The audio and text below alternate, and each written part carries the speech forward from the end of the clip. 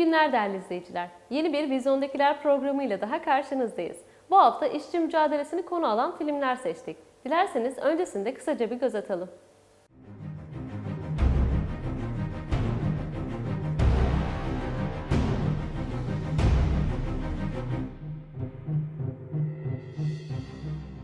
¿Marcin? Sí. Bien, furgoneta verde. Darius, sí, muy bien. Andy, ¿qué pasa ahí? Esto está lleno de polacas en busca de maridos. Mi si è aperta davanti in una frazione di secondo la storia dell'umanità, la storia della costruzione delle piramidi.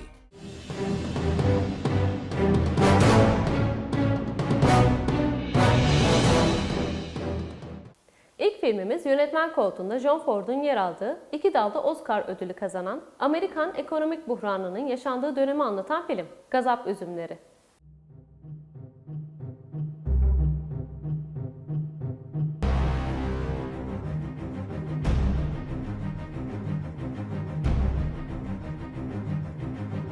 Film, Amerika'ya büyük hasarlar veren, büyük ekonomik buhran döneminde geçen bir hikayeye odaklanır. Doğup büyüdükleri yerden kuraklık, işsizlik ve sosyal kriz nedeniyle ayrılmak zorunda kalan Joad ailesinin yaşadığı sorunlar ancak başka bir şehire gittiklerinde çözülebilecek cinstendir. Joad ailesi bu yüzden Kaliforniya'ya göçmeyi seçer. Kaliforniya, ekonomik buhrandan kaçan binlerce insanın umut kapılarını araladığı yer olmuştur. Joad ailesinin de durumu farklı değildir. Burada iş, yiyecek yemek ve bir gelecek hayalleri içerisinde olacaklardır. 2 dalda Oscar kazanan film, Amerikalıların en değer verdiği yapıtlardan biri olmuş, defalarca sinemaya uyarlanmıştır. Bu versiyonu John Ford tarafından yönetilmiş, başrollerinde de Henry Fonda, Jean Darville yer almıştır.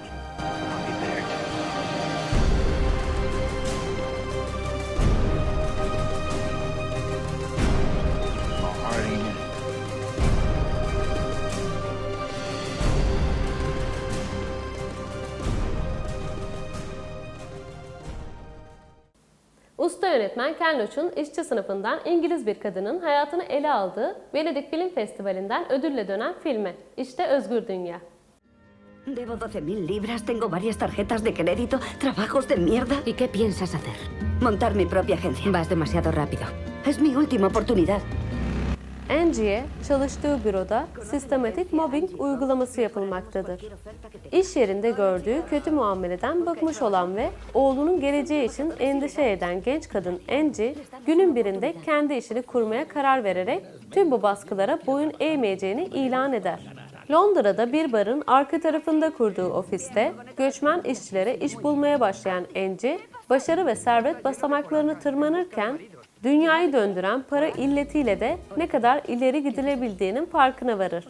İşçi sınıfının yönetmeni Ken Loach, özgürlük rüzgarının hemen ardından çektiği bu dramıyla günümüz Londra'sına dönüyor ve kamerasını yeniden toplumsal konulara çeviriyor.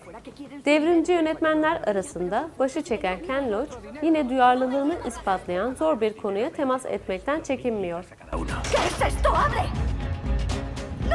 Si sales de esta habitación, no volverás a ver a Jamie jamás.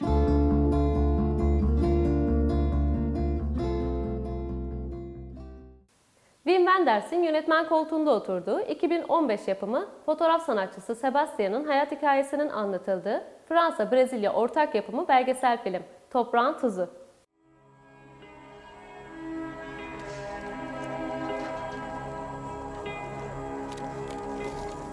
Un fotografo è letteralmente qualcuno che disegna con la luce. Wim Wenders tarafından yönetilen film, Brezilyalı fotoğrafçı Sebastião Salgado'nun meslek yaşamındaki önemli çalışmalarını ve hayatını anlatır. Fotoğraf sanatçısı ve kaşif Sebastião Salgado, 40 yıl boyunca insanlığın her daim değişime uğrayan karakterinin izini sürüp, dünyanın yakın tarihte deneyimlediği açlık, göç ve uluslararası anlaşmazlıklar gibi önemli olaylara tanık olmuş ve bunları ölümsüzleştirmişti. Sanatçı bu kez modern uygarlık tarafından henüz zarar görmemiş toprakların keşfine çıkıp Wrangel Adası, Batı Papua ve Brezilya'nın Pantanal bölgesi gibi yerlerde sıra dışı çekimler yapıyor. Belgesel, bir fotoğrafçının oğluyla çalışma ilişkisine ve Salgado'ların aile yaşantısına da değinen dokunaklı bir çalışma. Film ayrıca çektiği fotoğraflar sonucu ruhani yönden hastalanan Salgado'nun Brezilya'da büyüdüğü şehri yeniden yeşillendirme çabalarına da yer vermektedir.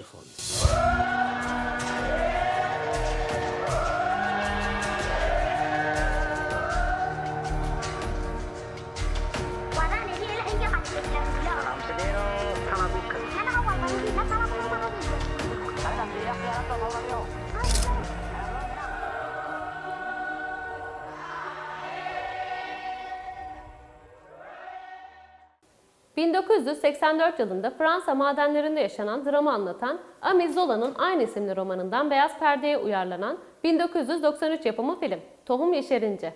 In a nation of wealth, Etienne Lander, maden yatakları sayesinde geçimini sağlayan bir Fransız kasabasına yerleşip tek derdi bir işe sahip olmak olan sıradan bir adamdır. Fakat kısa bir süre içerisinde Mahui ile tanışmasıyla birlikte hayatını kökünden değiştirecek yaşanmışlıklar edinecektir. heroes. Madende iş bulmasına yardımcı olan Mahui ile günden güne yakınlaşır. Bu esnada ailenin genç kızı Katrina'ya umutsuzca aşık olur. Tek derdi ise maden işçilerinin içerisinde bulunduğu zorlu çalışma şartlarıdır. Etienne, Mahui'yi ikna ederek yeni bir madenciler sendikası kurmayı üstlenip büyük bir grevi organize eder. El ele verip bir araya gelen işçiler devasa bir isyan başlatır. Fakat maden sahiplerinin gazaplarından kurtulmaları kolay olmayacaktır. Film, Sezar en iyi görüntü yönetmeni ödülüne layık görülmüştür. Émile Zola'nın aynı isimli çarpıcı romanından uyarlanan film, kitapta olduğu gibi 1884 yılında Fransa'nın Voiraux madenlerinde yaşanan dramı anlatıyor. Sizler için derlediğimiz filmler bunlardı. Umarız izlerken keyif alırsınız. Gelecek hafta görüşünceye dek hoşça kalın.